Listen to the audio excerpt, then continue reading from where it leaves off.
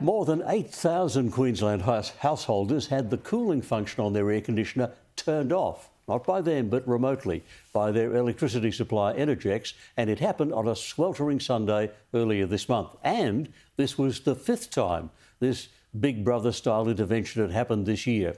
Once you allow your energy supplier to fit a digital meter to your electricity box, they are in control. What was it the Borg used to say? Resistance is futile.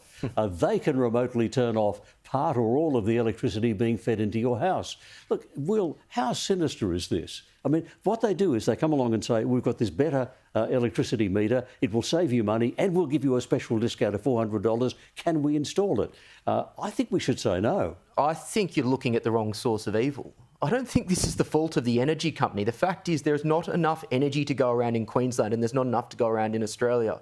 We have governments that are going all in on renewables without the large-scale battery storage to be able to actually do it. And there is not enough energy for Energex to go around. So it's either that or large, wide-scale blackouts. I don't see what else they can possibly do here. The issue is government policy. The issue is still suicidal net zero.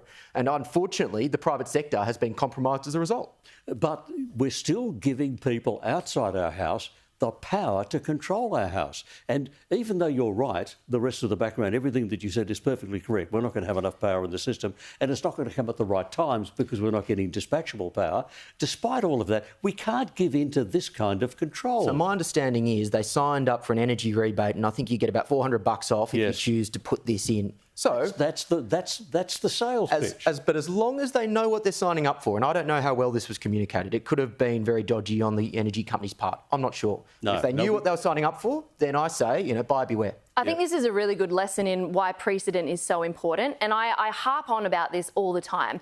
But I look back at COVID, for example, I'm not going to really press on that, but some of the legislation that was used to enact these draconian measures and arbitrary laws was enacted in Australian legislation. There was some in 1956. In New South Wales, it was 2010, and it was only being used in, decade later. And so this is such an important lesson in why precedent matters, because you might think, it's, the difference between analog and digital, who cares?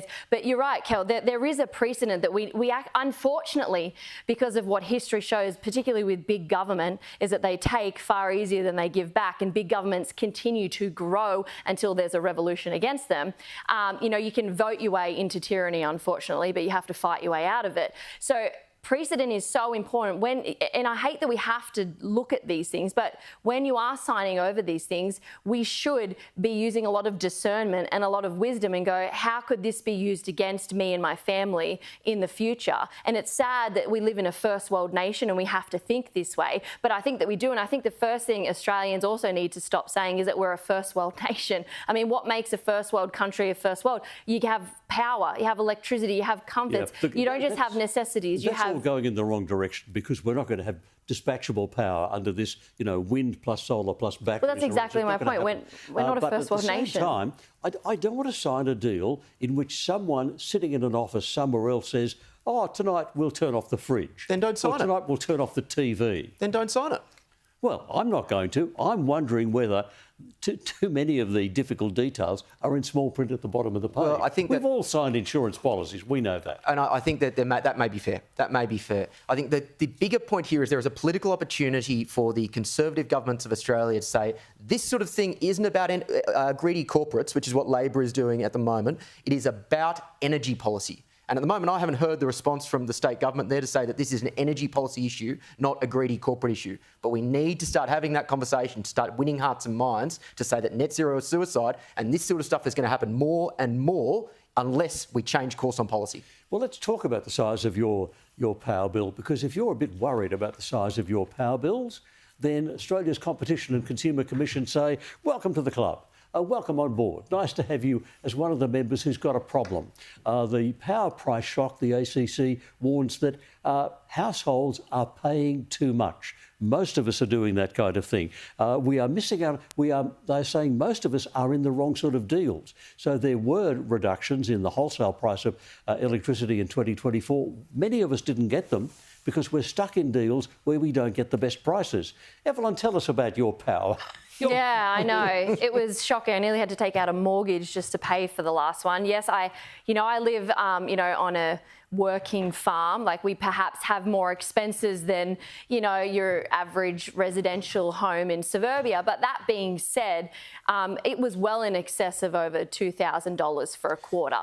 And I was literally walking around my property looking for a leaking hot water that could potentially be doing it. We have to pump water to our house. We're off tank. So I was thinking maybe the pump was broken, it got frozen. This is how I had to think. And it was just crazy. I was calling people, asking them to come and check my meter because it seemed so unbelievable to me that just me and my small family, like there are larger families out there, could be spending so much money. And I was looking for discrepancies. But unfortunately, if you look around, so many people are in my position where they're in such shock with this. But I think this goes down to what you were saying, Will. I think so many of these problems are because of our poor policies that our government are putting in around power. And unless something changes, businesses are going to go broke because businesses are spending tens of thousands of dollars for their electricity. Like, that's unsustainable. Well, and this will sound callous, but Australian consumers need to feel the pain of high energy to recognise that this is the cost of net zero. So when we've seen the polls in the last 10 years,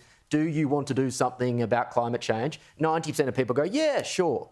But then we haven't consciously said this is going to be the cost. I don't think people knew the practical ramifications of what that meant. It sounds nice. Yeah, but surely that's happening now. Now people are looking at their power bills. Now people are saying, this is what net zero cost me. This is the tipping point. And we've seen something interesting in the UK as well, where there's been a story over the last 3 or 4 months where the winter fuel allowance for pensioners has been taken away because they're basically trying to fund the net zero scam. And as a result of that, there's been this very successful and very fair campaign to say that the Labor government in the UK is letting pensioners freeze to death over winter. These are the types of stories that, unfortunately, as sad and tragic as it is, we need to hear if we're going to say, look, we need to stop this nonsense. We need to have cheap, reliable power, and we're not going to get that through net zero.